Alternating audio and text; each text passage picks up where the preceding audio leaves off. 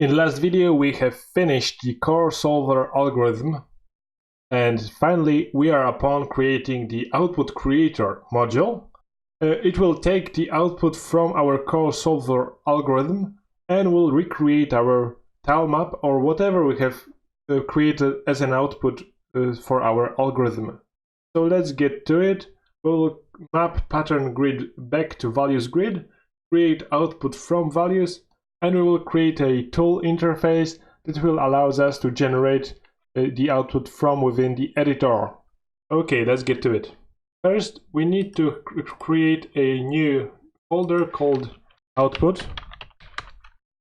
Inside the output, we will create iOutput creator. And this will be an interface that will allow us to generalize the output the same as the input. And let's first place it in our namespace and delete the monobehavior inheritance. Okay, and now let's make it into an interface. And we will need two fields. One field or one property, it will be output image with a get. Okay, and the second will be a method called void create output. And it will take pattern manager, int jagged array output values, int width and int height.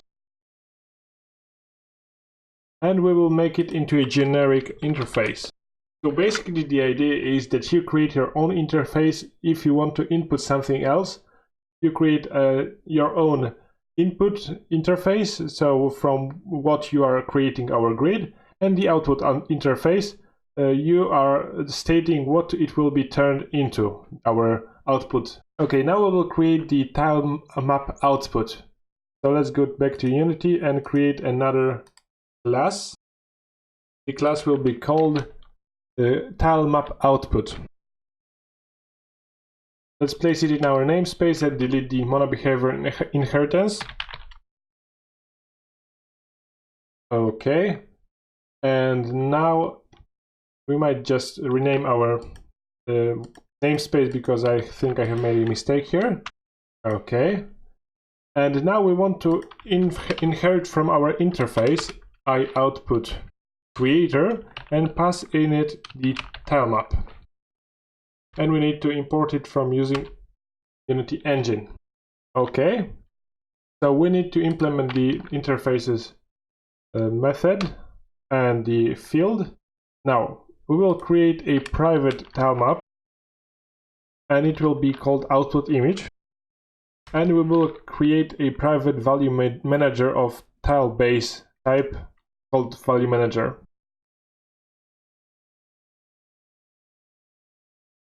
Okay, we need to pass the value manager inside our constructor, so let's create a constructor. It will take value manager and tilemap.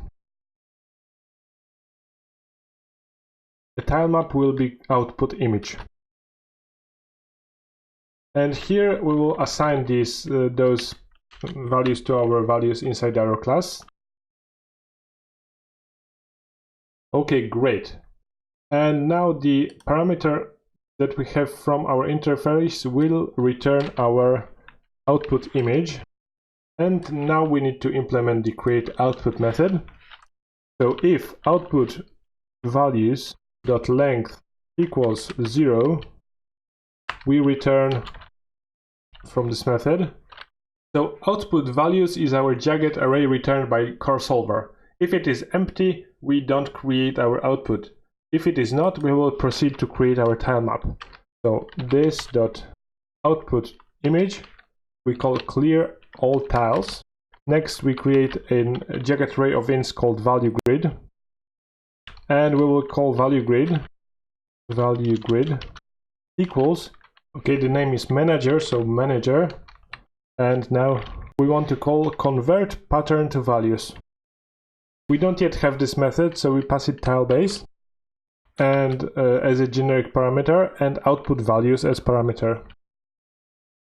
Okay, and let's create this method, and let's create this definition of this method. So inside this method we need some float, some integer variables.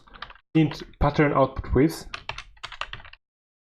it will be equal to output values 0 length, and int pattern output height,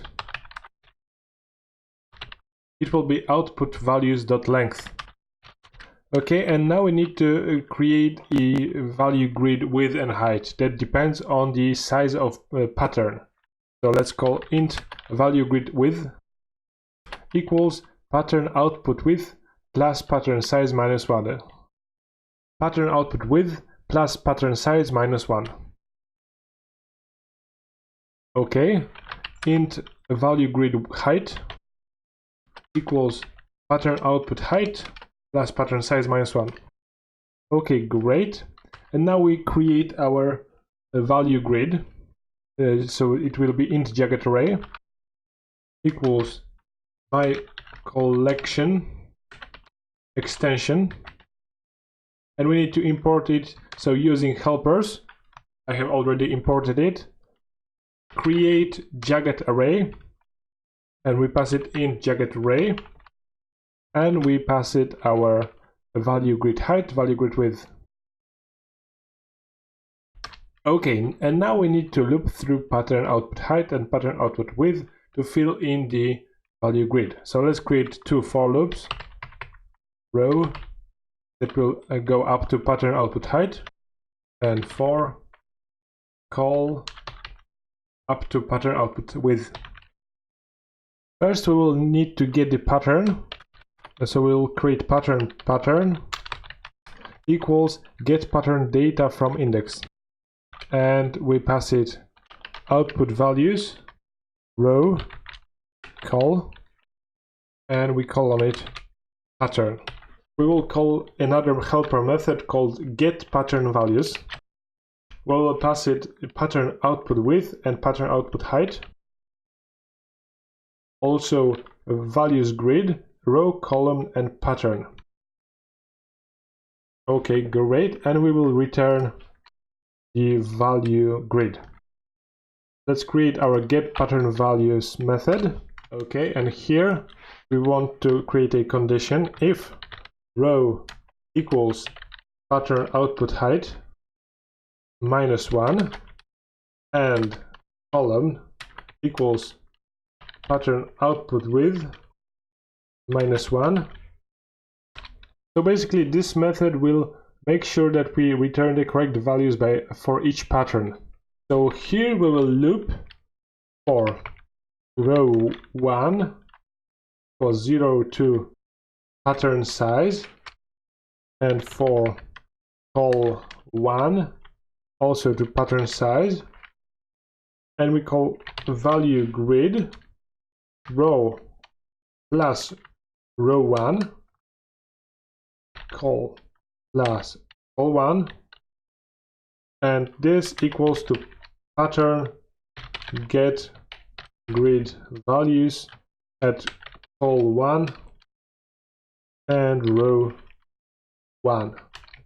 So basically what is happening here, we have retrieved the pattern values, so entire pattern actually, and we are passing it to a get pattern values method, and it retrieves the values from the pattern and places it in the correct places in the value grid. But there are multiple cases here, so we need to fill in the whole value grid. So else if row is equal to pattern output height minus 1. So this is just checking if we are working with an edge or with a corner, and else we will have the general example of what happens if we are working within the grid. Okay, so here we look for row 1 to pattern size, and we will call, actually we will call copy the same as from the previous for loop, and we, instead of call, we pass 0, and here we don't pass call, we just call 1, we just pass call. Okay, great. Another case, if we are working with another edge, So call equals pattern output with -1, and we can create another for loop with call 1 and with pattern up to pattern size. Again, let's paste the value grid row, and now we don't have row 1, we just have call 1, and instead of row 1 we pass 0. Okay, great. And else we have a general case, we just call pattern grid gate value 0, 0. Okay, so that's the way we retrieve the correct values for each pattern. Let's get back to our tilemap output. So now we will loop for, again, row and row height up until height, and for call up until width. And here we will create tile base tile. So here we are creating new tiles and passing them to our output tilemap. We cast it to tile base, and this value manager get a value from a grid from index, and we pass it value grid row call value. Okay, so now we have the tile for each value grid value, and this output image set tile, and we will pass the position. So new vector 3 int and column row and 0 on z axis, and we pass the tile. Okay, so now we should be able to create an output from our input, but now we need to create a little bit of user interface so the user can actually pass us something. Okay, so let's go up to our test class, and here we'll create some fields. We have our input already. Here we need to create public tilemap output. We also need pattern size integer, and also a max iteration integer, and output width and output height integer. And we will make max iteration of default value to 500. Output width equals 5. Output height equals 5. And public bool equal weights equals false. Actually, we have not tested yet with the equal weights. It should be a little bit more full of different tiles, but we will see. Okay, so now we will create a separate method for creating the wave function collapse result. So we'll create public void create WFC. So we want to prepare our output grid by removing the calls from start to the create WFC, and we will call this method here. And we need to have our core. We'll create another method called create tilemap, and here we will create new output tilemap output, all output equals new tilemap output. And what do we need here? We need value manager and tilemap. So we need to extract those two as a private members of the class. Okay, so we can pass it the value manager and output. And I believe the output is called the tilemap as well, so let's call it tilemap, output tilemap, and input tilemap, and we'll pass to it the output tilemap. Okay, great. So let's move the result from start to the create WFC as well, and here we return the result. So actually we would need to extract the wave function WFC core also as the class variable. Here we need to set it to input tilemap, and this thing will need to move the create output grid to our create tilemap. Now we can call output, create output, and we need to pass it the manager. So again, manager need to be the class property, class field. What else? Output value, so the result, and width and height. So we do have the width and output height provided by the user. Okay, and we will need tilemap output field also is the class variable, because we will create another method called save tilemap. Public void save tilemap, and here we will make it possible to save our tilemap to as a prefab. So we have our output already, but it might be empty or it might be created. So we need to check if output image is different than null. We will set output tilemap to our output image, create a game object called object to save, and make it into output tilemap game object, and we use prefab utility, and we need to import it from Unity editor, save as prefab asset, and we pass it the object to save and pass it the directory, so assets and saved and output.prefab.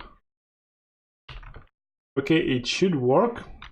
Okay, so let's get back to our editor, hierarchy, and test object does have our fields, but we still can't use them in the editor. So we will create a little editor extender, so a custom editor. So let's create a folder called editor, and here we'll create a C# class called WFC inspector. Okay, and open it. Let's open it. Okay, and here we need to delete the inheritance from mono behavior. Instead, we want to inherit from editor. We need to be using Unity editor, and here we will call a decorator custom editor type of test, or whatever name of your class is for testing. And here we will be overriding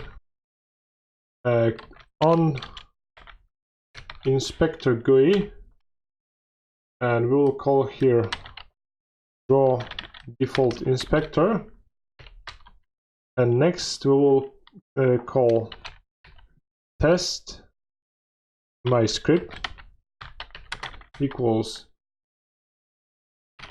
test target. Okay, great. And if GUI layout dot button and create tilemap, it will be the name of the button. So if it is clicked, then we need to call my script create WFC and my script create tilemap. Okay. And another button, if GUI layout button save tilemap, and we will call my script save tilemap. Okay, with that done, let's head back to Unity. Okay, and now we should have 2 buttons additionally in our inspector, and let's see if they work. Well, first of all, we need to assign the tilemaps. So let's create a new 2D object tilemap, and let's move it a little bit. Okay. Now let's pass to the test object the input and output. We can rename it as output. Okay, great. And we pass pattern size as 1, max iteration as 500, output width, output height, and equal weights. For now it will be false. And actually we don't really call it in our script, so let's head back to our script and to test. And here we were calling false by default, but we need to call equal weights. Change the name to weight. Let's go back to editor. Okay, so let's try it out. And it appears we have a bug, so let's go check it out. Well, a simple bug. We are creating a new pattern manager and assigning it here, and this manager was never assigned. Okay, save it and let's try it again. Okay, let's press it, and here we can see our output. Okay, let's find the main camera, move it a little bit. Okay, and let's try it out again. So as you can see, we are generating different results from our patterns. Let's try a 2x2 pattern. Well, not much has changed.